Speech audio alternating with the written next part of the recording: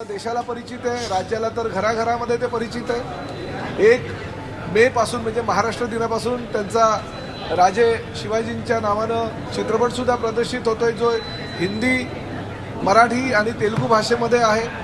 आज अशा मोठ्या कलाकाराला घेऊन मी एस टी महामंडळाचा अध्यक्ष या नात्याने त्यांना जर ब्रँड अँबॅसेडर म्हणून त्यांची नियुक्ती केली असेल किंवा ड्रिंक अँड ड्राईव्हच्या RTOच्या नियमावलीमध्ये सहकार्य करण्यासाठी जर त्यांचा वापर करून जनजागृतीचा एक वेगळा पायंडा पाडण्याचा प्रयत्न आम्ही जो करतोय, त्याला जर त्यांनी एवढ्या मोठ्या प्रमाणात प्रतिसाद दिला असेल तर निश्चितपणे मी त्यांचा मनापासून आभार मानणं माझं कर्तव्य समजतो।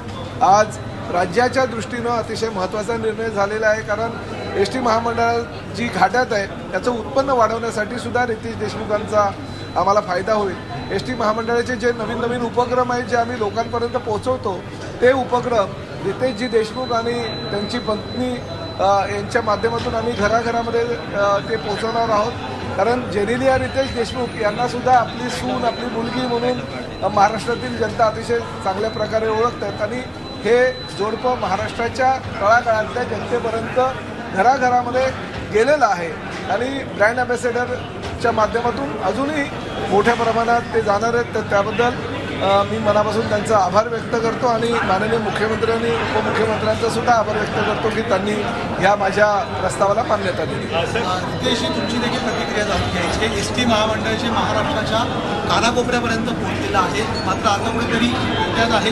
तुम्ही कशा प्रकारे ते पुन्हा त्याच्यामध्ये मदत करू शकता? दुसरी गोष्ट, एस टीने तुम्ही कधी प्रवास केला आहे का किंवा करणार आहात? नाही, सर्वप्रथम मी प्रतापजींचा अत्यंत आभारी आहे की त्यांनी मला ब्रँड अँबॅसेडर म्हणून माझी आणि जिनिले यांची नियुक्ती केली।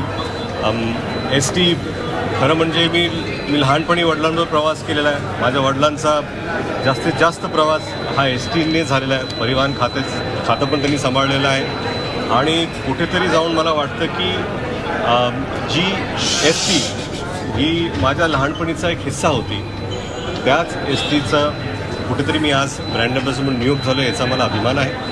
आणि माझ्या परीने, जिनिल्याच्या परीने जे काही सहकार्याची गरज असेल ती आम्ही करायला तयार आहोत। आणि परत एकदा मी तो एस टीचा जातानाचा फोटो तो आणि हो ते मी त्यांना सांगत होतो की लहानपणी म्हणजे साहेब लातूर, पुणे, इतर भागात एस टीने जायचे आणि नेहमी येऊन आम्हाला सांगायचे की कसे ते दोरी ओढायचे, पैसे आम्ही द्यायचो लहानपणी, आणि तो प्रवास त्यांनी पाहिलेला आहे आणि तोच प्रवास आम्ही पण त्यांच्याबरोबर लहानपणी केला होता। त्यांचा एक फोटो आज अजूनही बाभळगावमध्ये आहे, जो ते एस टीमध्ये बसलेले आहेत आणि बाहेरून एक फोटो आहे आणि ते आत बसलेत। तो जो फोटो आहे ना, तो आमच्या संपूर्ण परिवाराचा सगळ्यात जवळचा फोटो आहे, कारण काय साहेब तिथे बसले होते जी त्यांची आवडती जागा होती आणि ती होती एस टीच्या खिडकीला बसायची।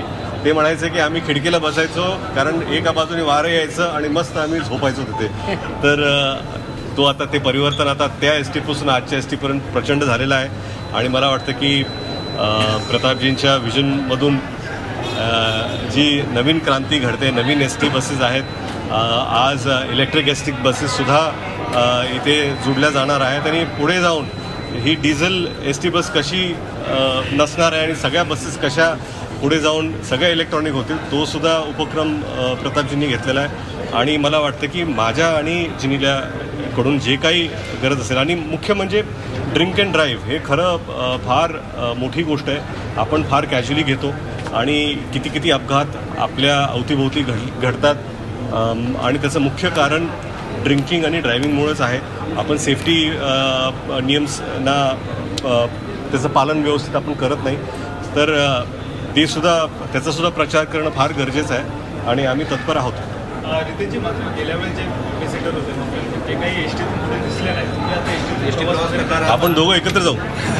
लातूरला जाणार का पण एस टी? तुम्ही येता का बरोबर? नाही, पण रितेशजी, खरंच तुम्ही आणि जिनिले मॅडम आहेत, तुम्ही तरी आधी आठवण सांगितली त्याची जिनिले मॅडमचा प्रवास झाला की आम्हाला माहीत आहे, त्याबद्दल नाही, त्यांनी मुंबईच्या बसेसमध्ये प्रवास केला। त्यांचा जन्म लातूरचा नसल्यामुळे ते एस टी प्रवास करू शकले नाही। दोघे एकत्र जोडीने दिसाल? अरे हो, नक्कीच ना, नक्की जाऊ ना, काय त्याला। तुम्ही जो निर्णय घेतलेला आहे मराठी सक्तीचा, त्या संदर्भात अनेक रिक्षावाल्यांनी आपली नाराजी व्यक्त केली आधी यांचं होऊ द्या, त्यांना मी पाठवतो कारण त्या वाट्यामध्ये त्यामुळे त्यांना आधी मी सोडतो आणि त्यांच्या प्रश्नासाठी परत येतो. रितेशजीची देखील भूमिका जाणून घ्यायची आहे की परिवहन मंत्र्यांनी एक नियम घेतलेला आहे की सर्व रिक्षा टॅक्सी चालक आहे त्यांना मराठी येणं बंधनकारक आहे ना तर त्यांचं परमिट आहे ते कॅन्सल केलं जाऊ शकतं. तुम्ही कशा प्रकारे बघता म्हणजे मराठी कसं आहे की मला असं वाटतं की महाराष्ट्रामध्ये मराठी भाषा ही अनिवार्य असलीच पाहिजे आणि ज्या काही काय प्रवास करणारे मराठी भाषिक असतात आणि आपण महाराष्ट्रात आणि काय की महाराष्ट्रामध्ये जशी मराठी अनिवार्य पाहिजे तसं आपण इतर राज्यात गेले की त्यांची भाषा आपण बोलली पाहिजे. तसंच मला वाटतं की हा जो काही निर्णय आहे तो योग्यच आहे. हिंदीमध्ये अच्छा मैं हिंदी में सबसे पहले एसटी स्टेट ट्रांसपोर्ट महामंडल का मुझे ब्रांड एम्बेसडर बनाया गया है.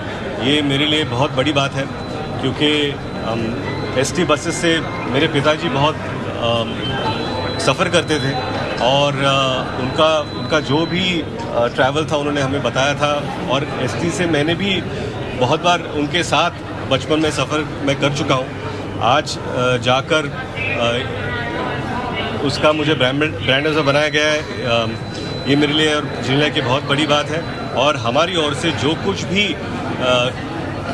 सर कहेंगे या जो कुछ भी करना चाहेंगे हम अपने तरीके से हम बिल्कुल करेंगे. और ड्रिंक एंड ड्राइव का जो हमें लोगों तक ये प्रचार करना है कि किस तरह इसकी वजह से जो एक्सीडेंट्स होते हैं वो किस तरह हम रोक पाते हैं, इसकी भी जो भी प्रचार करना है उसके लिए भी हम तत्पर रहेंगे. Thank you. तर अभिनेता रितेश देशमुख यांना आपण थेट ऐकत होतो. तर सध्या मंत्रालयामध्ये प्रताप सरनाईक, परिवहन मंत्री प्रताप सरनाईक यांची भेट झाल्यानंतर माध्यमांबरोबर बोलताना रितेश देशमुखला ब्रँड अँबॅसेडर बनवल्याबद्दल त्यांना महाराष्ट्र सरकारचे आभार मानलेले आहेत आणि इथून पुढे एसटीतून अर्थातच मी प्रवास करणार या आधीसुद्धा केलेला आहे अशा आठवणीसुद्धा सांगितल्या. तर रितेश देशमुख आणि जेनेलिया आता एसटीचे ब्रँड अँबॅसेडर असणार आहेत.